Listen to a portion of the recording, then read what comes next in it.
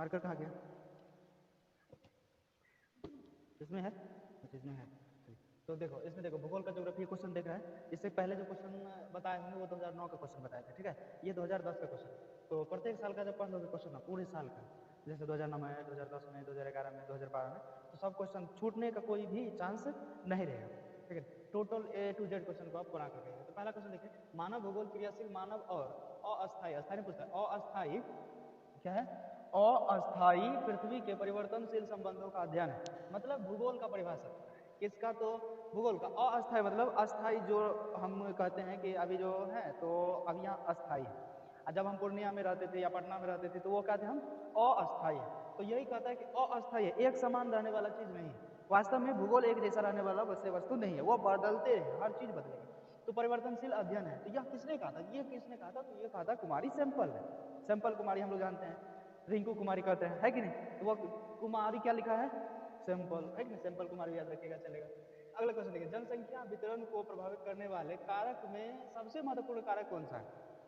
जनसंख्या वितरण मतलब, जनसंख्या का वितरण का मतलब ये है कि एक ही, जैसे मान लीजिए कि हमारा गांव है, ठीक है, कहीं पर इतना घना है, कहीं कहीं जाइएगा तो इतना घना नहीं मिलेगा, है कि नहीं? पूर्णिया चल जाइएगा तो वहाँ घना बस्ती मिलेगा आपको सिटी में, ठीक है। उसके बाद पटना जाइएगा तो वहाँ भी घना मिलेगा, लेकिन कहीं किसी किसी जगह क्या है तो घना नहीं है, किसी किसी जगह बहुत ही ज्यादा क्या है तो घना है। तो उसका सबसे महत्वपूर्ण कारण कौन सा? किस कारण लोग अलग अलग हो जाते हैं, अलग अलग जगहों पे बस जाते हैं? तो यह किसके कारण होता है भाई?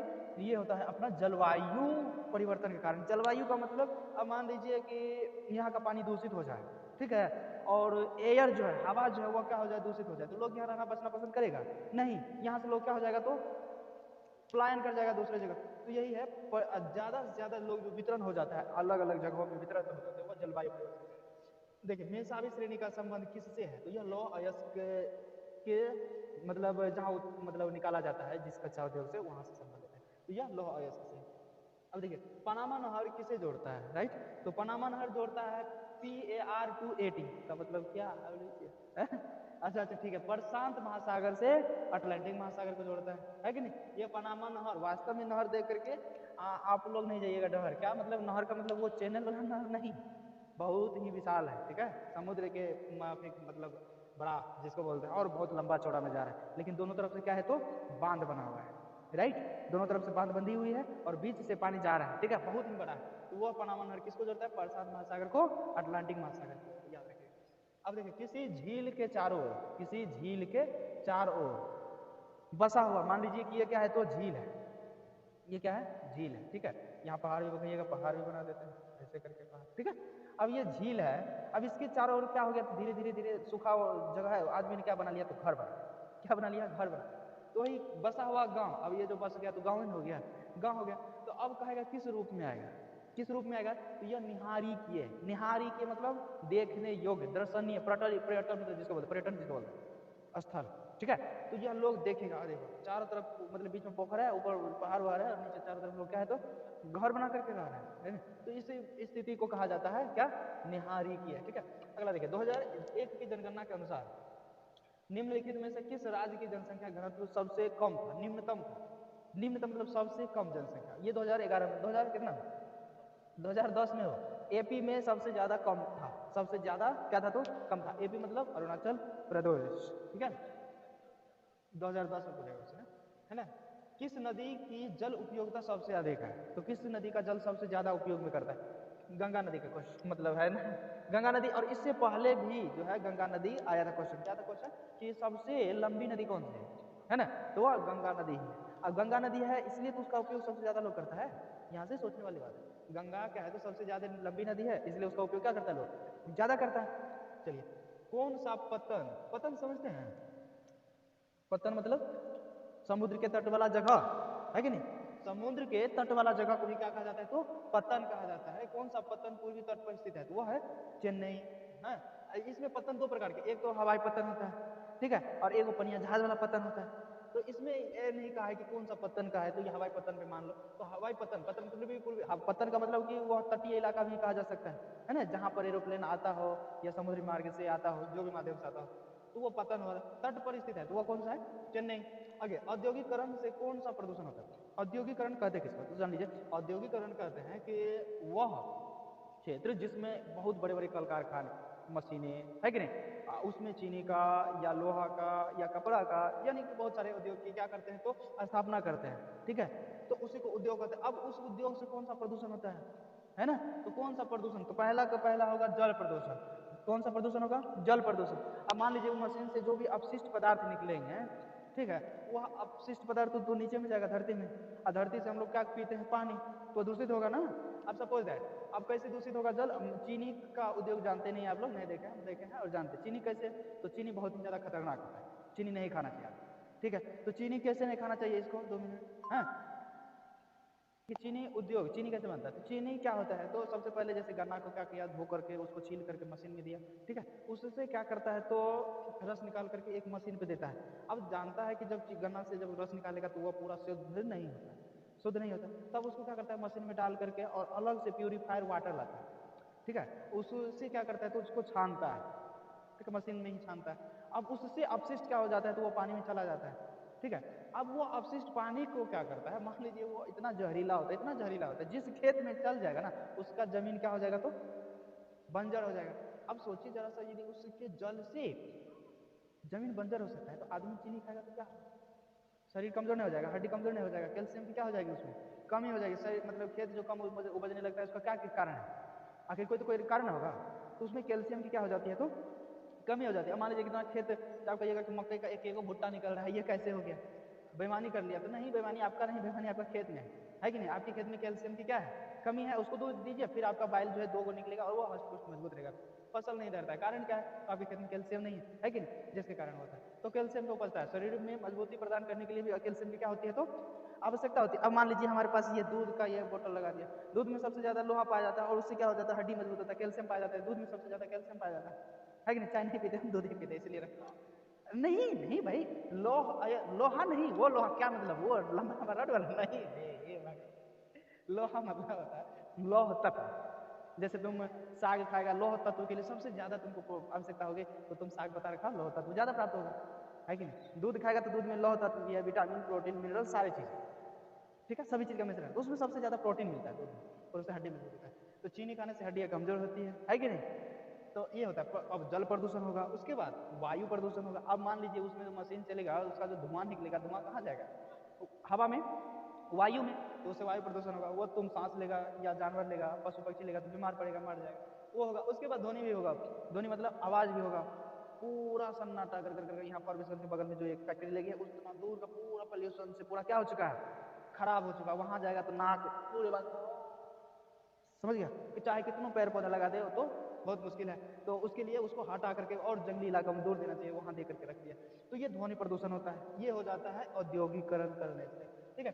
अगला देखिए, अब देखिए दिल्ली जो सबसे ज्यादा प्रदूषित नगरी कहा जाता है, दिल्ली सबसे ज्यादा प्रदूषित नगरी है, पटना भी है उसके बाद। तो क्यों? वहां पर क्या है तो औद्योग ज्यादा लगा दिया है, मोटर गाड़ी ज्यादा चलती है, वाहन ज्यादा चलती है, पुरन गाड़ी धुआं मार रही है, चल रही है कि नहीं? तो इसलिए वहां पर क्या हो जाता है? ध्वनि प्रदूषण होता है, वायु प्रदूषण हो जाता है कि नहीं? लोग बेवजह मोटा जाता है, खाएगा कम फिर भी मोटा रहा है कि नहीं? कारण क्या भाई? शरीर में से कुछ जाने नहीं, खाली मोटाने से कुछ होगा थोड़ी।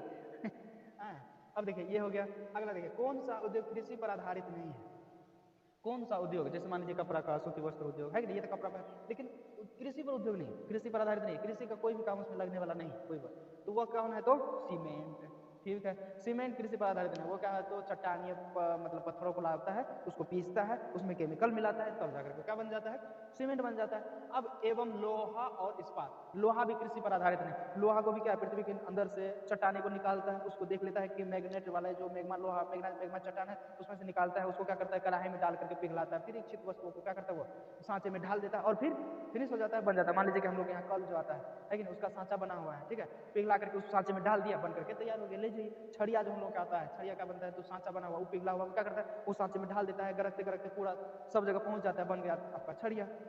मान लीजिए धड़े रॉड आता है, वो सब का सांचा बना हुआ है, उसमें डालता है। उसके बाद इस्पात है, इसका इस्पात का भी क्या है तो कोई एक क्षेत्र मतलब कृषि पर आधारित नहीं है। अगर देखिए सूती वस्त्र उद्योग में कितने लोग लगे हुए हैं, ये बहुत बड़ा क्वेश्चन है। सूती वस्त्र उद्योग में लगभग 10.2 लाख लगे हुए हैं, जो पूरे विश्व का, पूरे वर्ल्ड का या यूं अपने भारत का सबसे ज्यादा लोग यदि कोई कहीं किसी उद्योग में काम करता है, याद रखना, तो वह है हमारा सूती वस्त्र उद्योग में काम करता है। मतलब कपड़ा उद्योग में सबसे ज्यादा लोग क्या कर रहे हैं अभी? काम कर रहे हैं। अब बारीकी से जरा सोचिए, कपड़ा उद्योग में काम क्यों नहीं करेगा लोग? कपड़ा उद्योग में इसलिए भी काम करेगा ताकि सबको कपड़े की आवश्यकता होती है बाबा, है कि नहीं, कपड़ा की आवश्यकता सबको है। अब वैसे भी जरा सा भी थोड़ा हट के सोचेगा, इसलिए तो कहा जाता है सबसे ज्यादा लोग जो काम कर रहा है अभी किस उद्योग में काम कर रहा है, तो कपड़ा उद्योग, है ना, सूती वस्त्र कह लीजिए या तो कपड़ा उद्योग भी कह सकते हैं। कपड़ा उद्योग में सबसे ज्यादा लोग अभी क्या कर रहे हैं, काम कर रहे हैं। रेलवे से भी ज्यादा लोग अभी इसमें काम कर रहे हैं, किसमें, कपड़ा में। सभी मान लीजिए अभी हम यहाँ पर आ रहे हैं तो जरूरी नहीं ट्रेवल कर सकते हैं, है कि नहीं, लेकिन कपड़ा की आवश्यकता है, सबको है, हर क्षण हर पल, लेकिन इसलिए कहा जा सकता है कि कपड़ा उद्योग में सबसे ज्यादा मजदूर वर्ग क्या करते हैं, काम करते हैं। कौन सा बंदरगाह, बंदरगाह के बारे में हम इससे पहले बताए थे बंदरगाह, है कि नहीं, बंदरगाह के बारे में यदि नहीं बताया, नहीं जानते हैं तो हम शॉर्ट वीडियो बनाकर डाले हुए हैं, उनको देखकर देखिए। उसके बाद बंदरगाह अटलांटिक तट पर स्थित है, कौन सा है, तो यह मियामी, कौन सा है, मियामी एवं सैन डिएगो, नाम भी कितना है भाई। अब देखिए कपास जिडावर, अब कपास का नाम सुनकर के ये कपास वो नहीं, रूसी वाला नहीं, ठीक है, गाल पर से हाथ नीचे, कपास का मतलब कपास का खेती होता है कि नहीं, कपास का जो होता है ये कपास जी डावर, नाम ही आदमी, कवास नहीं लिखे हो, कवास जी डावर नाम है आदमी का, है ना, ने किस स्वचालित उद्योग की स्थापना की, स्वचालित है, हाँ कवास से लिखिए, कवास युद्ध, तो सूती वस्त्र उद्योग की क्या करी थी उसने, स्थापना करी, उसमें भी स्वचालित, किसी के द्वारा चलाया गया, मशीन को एक बार टिप दिया बस, मशीन क्या करता है, क्या कर रहा है, कपड़ा उधर से बना रहा है, निकाल रहा है, बना रहा है, ठीक है। तो ये था क्वेश्चन 2010 में। 2010 में क्वेश्चन वैसे भी दूसरी टाइप से भी क्वेश्चन पूछा है, सब क्वेश्चन को हमने यहाँ पर नहीं ले पाए हैं, इसमें कारण क्या है, तो बहुत सारे दूसरे टाइप से क्वेश्चन पूछा है। देखिए तो किस टाइप से क्वेश्चन पूछा है हम बता देते हैं। देखिए तो यहाँ पर कथन से रिलेटेड कर दिया है, कैसे, देखिए अब निम्नलिखित प्रश्नों में प्रश्न संख्या 11 से 15 में दो कथन दिए गए, राइट, अब दो कथन दिए, दोनों को ध्यान से पढ़िए और नीचे दिए गए विकल्प का सही उत्तर का चयन कीजिए। अब यहाँ क्या है, क ख ग घ अंग सब कर दिया पहले, अब यहाँ कथन दिया है, कथन कहता है कि निम्नलिखित कथनों में विवेचना करें। कथन नंबर 1, भूमि की उर्वर शक्ति भी जनसंख्या को आकर्षित करती है, इसको कहता है वर्णन करने। और उसके बाद उपजाऊ भूमि पर मनुष्य कृषि एवं विकासशील पशुपालन करता है, इसका कहता है वर्णन करने के लिए। आंसर कहिएगा सर, जिसका आंसर कहाँ मिलेगा, आंसर आपको जो है ना यहाँ मिलेगा, कहाँ पर आंसर है, ऊपर क का है, ए एवं आर दोनों सही है तथा आर एक सही की व्याख्या करता है, इसी में से आपको ख में कहता है ए एवं आर दोनों सही है, परंतु कथन ए सही व्याख्या नहीं करता है, समझ रहे क्वेश्चन को।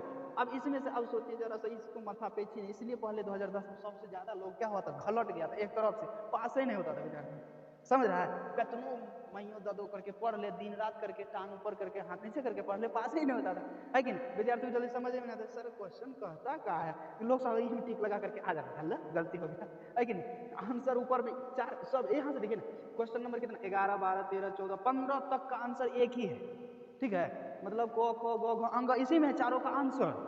अब चारों का आंसर इसी में से ढूंढना है, दिमाग लगा लगा कर, अब फ्यूज नहीं हो जाएगा विद्यार्थी, पूरा फ्यूज हो जाएगा, उसको समझ ही नहीं आएगा कौन किसका आंसर क्या है, समझे। तो अब ये देखिए, फिर इसलिए कहा जाता है कि 2010 में क्या कर दिया, बहुत विद्यार्थी फेल होता है कि नहीं, दूर दूर तक क्या होता था, विद्यार्थी पास नहीं होता, ठीक है। उसके बाद कब से ये सुधारने लगे हैं बोर्ड, तो 2013 के बाद, 2013 में तो और पगलेटे था, 2013 में काहे पगलेट था कि जो भी ऑप्शन सब देता था वो लिखने ही वाला था, या लिखने वाला मतलब, अब मान लीजिए कि कौन सा उद्योग डैश डैश होता है, कौन सा उद्योग डैश प्रदूषण होता है, यहाँ पर लिख दिया डैश डैश प्रदूषण होता है। अब मान लीजिए किसी को याद रहेगा तो वो पूरा पूरा लिख देगा, है कि नहीं, अब पूरा पूरा याद रहेगा, कुछ शब्द जाकर के मिसअंडरस्टैंडिंग कर दिया, सही होगा तो लेने गलती है कि नहीं है कि नहीं?